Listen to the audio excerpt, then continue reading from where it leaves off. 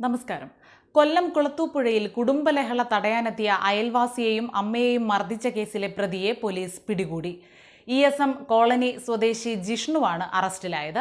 ഈ മാസം 18-നായിരുന്നു കേസിനാസ്പദമായ സംഭവം നടന്നത്. വീട്ടിലുണ്ടായ വഴക്കിനെ തുടർന്ന് അച്ഛൻ രാധാകൃഷ്ണനെ ജിഷ്ണു ചുറ്റിക കൊണ്ട് അടിച്ചു വീഴ്ത്തി. ആക്രമണം കണ്ട് തടയാനെത്തിയ അയൽവാസി ഉദയനെ ചുറ്റിക കൊണ്ട് തലയ്ക്കടിക്കുകയായിരുന്നു. ബഹളം കേട്ട് തടയാനെത്തിയ ഉദയന്റെ അമ്മ സരസുവിന്റെ തലയിലും പ്രതി ഹെൽമറ്റ് കൊണ്ട് അടിച്ചു പൊട്ടിച്ചു. ഉടുതുണി പറിച്ചെടുത്തു. റോഡിൽ നിന്നും താഴേക്ക് വീണ സരസുവിനെ ജിഷ്ണുവിന്റെ അമ്മ വിജയമ്മ കയ്യേറ്റം ചെയ്തുവെന്നും പരാതിയിൽ പറയുന്നു. കൈക്ക് മുറിവേറ്റ ഉദയൻ ചുറ്റിക പിടിച്ചു വാങ്ങിയതോടെ ജിഷ്ണു അടുത്തുണ്ടായിരുന്ന കമ്പ് ഉപയോഗിച്ച് രാധാകൃഷ്ണന്റെ കൈ തല്ലി ഒടിച്ചു. വിവരമറിഞ്ഞ് ജിഷ്ണുവിനെ പിടികൂടാനെത്തിയപ്പോൾ പോലീസിന് നേരെയും ആക്രമണമുണ്ടായി. സംഭവ സ്ഥലത്ത് നിന്നും രക്ഷപ്പെട്ട ജിഷ്ണുവിനെ കഴിഞ്ഞ ദിവസമാണ് പോലീസ് പിടികൂടിയത്. വധശ്രമത്തിന് കേസെടുത്തായിരുന്നു അറസ്റ്റ്. പ്രതിയെ റിമാൻഡ് ചെയ്തു. ജിഷ്ണുവിന്റെ അമ്മ വിജയമ്മയെയും പ്രതി ചേർത്തിട്ടുണ്ട്.